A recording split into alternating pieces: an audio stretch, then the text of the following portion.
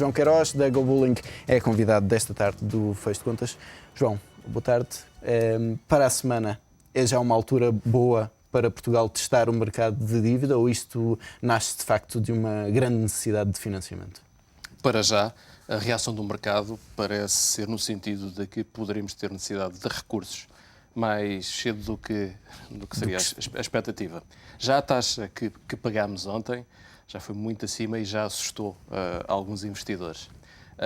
Foi bom o facto de termos conseguido investidores para absorverem para um período de 6 meses, portanto, enquanto dura aquela janela de liquidez propiciado pelo Banco Central Europeu, e apesar dessa facilidade de estarmos a pagar esta taxa, por mais complacência que os investidores têm perante o risco, alertou-os um bocado. Portanto, hoje estarmos a ver já procura para taxas de 7% e acima dos 7% na taxa a 10 anos, portanto, próximo da parte longa da curva, já está a criar aqui alguma pressão. Então, este anúncio hoje, então, provavelmente poderá enraizar mais na perspectiva dos investidores. Então, se as taxas, tendo em conta que quer o bond, os valores de referência do bond e dos treasuries norte-americano, para a mesma maturidade e prazo, estão em valores baixos, portanto, em valores mínimos do ano, também tem estado a fazer que correspondem a subidas de taxas. Portanto, vamos aqui acompanhando, apesar da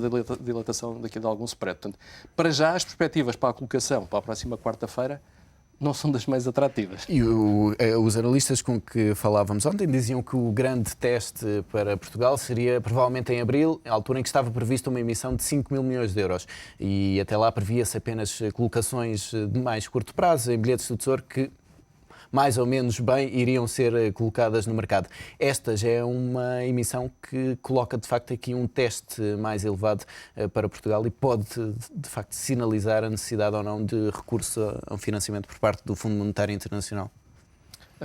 Sobretudo se olharmos para o mercado secundário e virmos estas taxas acima de 7%, deixando de ver que essa emissão de obrigações, pelo menos a 10 anos, vai ser colocada também com valores acima dos 7%, que são valores insustentáveis. A tua leitura está totalmente correta. Podem ser considerados valores insustentáveis para uma expectativa de crescimento da economia portuguesa no ano de aproximadamente zero ou provavelmente até negativa. Se, entretanto, descobrirmos o petróleo ou alguma outra da matéria-prima ou outra forma que nos permita expandir a economia para taxas superiores, se calhar os 7 até são baixos. Mas, como tu observas aí muito bem, os valores estão-se a praticar no mercado secundário para as taxas próximas, para as maturidades e prazos próximas dos 10 anos, e as expectativas que temos para o crescimento da economia nacional não são um bom panorama. Tendo em conta também aquilo que, dentro dos países periféricos, sobretudo a Espanha, os valores que eles andam a pagar e os valores que eles andam a apresentar de execução orçamental, torna mais atrativo, por exemplo, uma maior alocação por parte dos aforradores. Portanto, quem está mais aberto a ter dívida nas suas carteiras, olhar mais para o mercado espanhol do que propriamente o nosso. E já sabemos que este ano Portugal vai ter uma forte concorrência, pelo menos nestes primeiros 6 meses do ano, precisamente das colocações de dívida espanhola. Exatamente. Apesar dos montantes deles serem muito superiores e as necessidades serem muito superiores às nossas. Mas já agora, só revisitava um bocado esta perspectiva da taxa que nós... Da colocação dos bilhetes do Tesouro. ontem. Só assim um raciocínio assim muito ao de leve, não é muito adequado ou muito correto. Se nós observarmos como é que foi a nossa perspectiva, a nossa evolução do ano passado em termos de períodos homólogos, foi próxima de zero.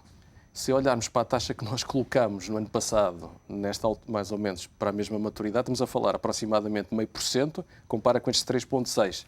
Portanto, nós devíamos estar a crescer aproximadamente uns 3% para conseguir... Para justificar para pagar este...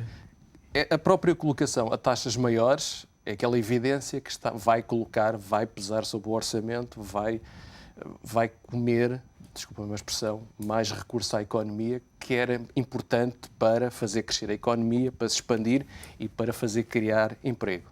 Nessa perspectiva e ajudar, sobretudo, a parte exportadora e dos bens transacionáveis da economia. Mas e o facto desta taxa, a 6 meses, ter saído, de facto, a níveis muito elevados, também pode ter influenciado o IGCP a preferir uma colocação de mais longo prazo? Porque, senão, dentro de 6 meses vai ter de estar a a rolar esta dívida outra vez e aí não se sabe quais serão as taxas. Pode ter sido esta a leitura de apostar já nas taxas, nas colocações a mais longo prazo? Muitos investidores acharam que podem ser, que este calendário para já pode ser também aproveitar uma certa complacência perante o risco que há nos investidores neste período inicial do ano, primeira semana, primeiros 15 dias. Muitos investidores olham para o desempenho, sobretudo do mercado acionista, para a perspectiva para o resto do ano, ou pelo menos qual pode ser o desempenho acumulado do ano. Isto querer dizer o quê? Se as bolsas de ações começarem a descontar uma realidade não é atual, mas de um crescimento económico, não já de uma recuperação, mas mais de um crescimento económico, poderia ser interessante aproveitar essa boa vontade ou essa capacidade dos investidores absorverem risco para colocar já uma tranche e não acumular nas alturas em que temos que refinanciar ou colocar quase entre os 18 ou 20 mil milhões de dívida nova. Portanto, poderia ser interessante. Mas há também aqui, a nível europeu, nos países periféricos, há uma subida do risco, da percepção de risco por parte dos investidores ao longo da sessão de hoje e também da sessão de ontem.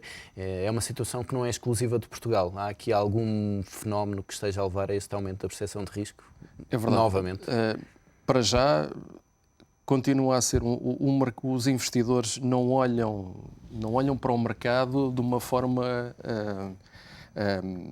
olham de uma forma global, mais diversificando para outras economias, o investidor doméstico, mas procura ver cada área geográfica como de uma forma independente.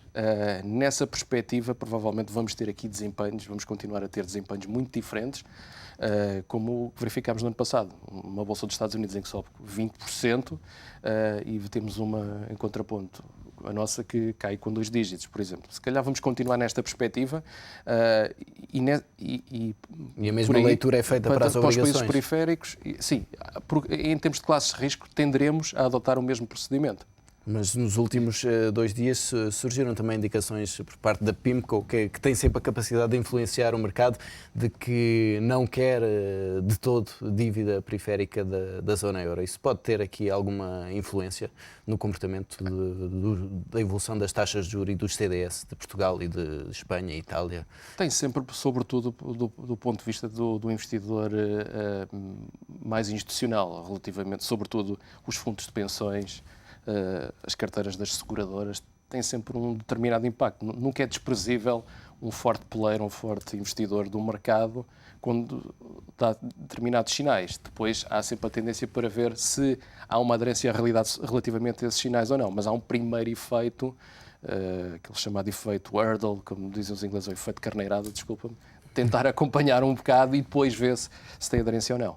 E por parte da União Europeia, nota-se que há aqui, neste início do ano, alguma vontade de alterar a situação, de avançar com as tais medidas para poder solucionar este problema? Ainda hoje o primeiro-ministro grego falava e dizia que sentia cada vez mais apoio à ideia do lançamento das chamadas Eurobonds. Terá mesmo de ser este o caminho a seguir em 2011? Provavelmente poderá haver essa tendência, ou uma tentativa de seguir por essa perspectiva. Dependerá um bocado de algumas forças políticas dentro da zona euro, não falo nem em termos de cada país, mas dentro do global, e a perspectiva que a França e, sobretudo, a Alemanha têm relativamente a este aspecto. Esta colocação, em que quase 21% foi para os países asiáticos, já foi uma boa ajuda. Isso foi aqui também um balão de ensaio para a eventualidade de serem necessárias as Eurobonds?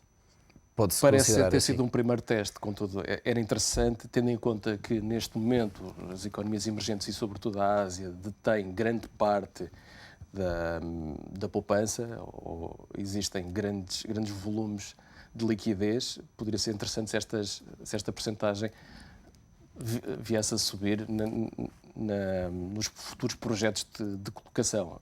Agora, provavelmente teremos que ultrapassar aí alguma agenda por parte dos alemães e a questão política que é necessário para podermos avançar com os eurobonds e depois alguma legislação também comunitária sobre o facto.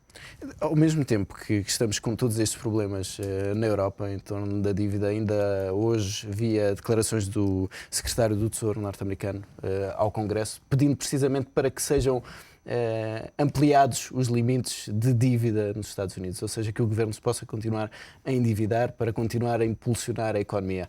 Os Estados Unidos vão sofrer deste excesso de endividamento, tal como a Europa está a sofrer agora, dentro de 2 ou 3 anos? Ou a capacidade de colocar a dívida na Ásia é suficiente para afastar este problema?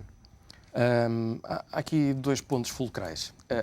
O primeiro ponto é que a capacidade da economia norte-americana tem de captar retorno se a economia global começar a crescer à volta de 5%, eles têm uma certa capacidade de também ter crescimento e refletir também no mercado de emprego. A segunda questão que se está a colocar é sobre o grande player que é a China, não tanto a Índia, mas mais a China. Se a China, que está a reagir também de uma certa forma, que é quiser drenar a sua poupança mais para a economia doméstica, mais para a economia interna, no início de 2010 eles já tentaram, não funcionou de acordo com as perspectivas que eles tinham. Agora poderão estar a tentar, em vez de estar a olhar mais para a economia exportadora, olhar mais para a economia doméstica, trazer alguma da população que está mais alicerçada na parte da indústria, voltar outra vez à parte agrária, portanto, a parte alimentar, tentar aumentar alguma autossuficiência e criar aí algum efeito de riqueza. Isto para dizer, ligando com os Estados Unidos, se a China caminhar nesse sentido, provavelmente, se calhar, a ampliação da dívida e de impressão de mais moeda, o impacto pode vir a ter o risco que pode existir para o mercado norte-americano é potencial de inflação sem atingir aquelas taxas de crescimento de 4,5%, 5% que permita ter uma subida sustentada do mercado de emprego. A questão está-se a colocar aí. É um salto que tem que dar para a frente, só que isso continua também a ter um impacto que é engordar também o balanço do Fed, assim como também está a acontecer com o balanço do BCE, Banco BCE. Central Europeu. João, e daqui a bocado já vamos olhar para o resto das perspectivas para 2011 nos mercados financeiros.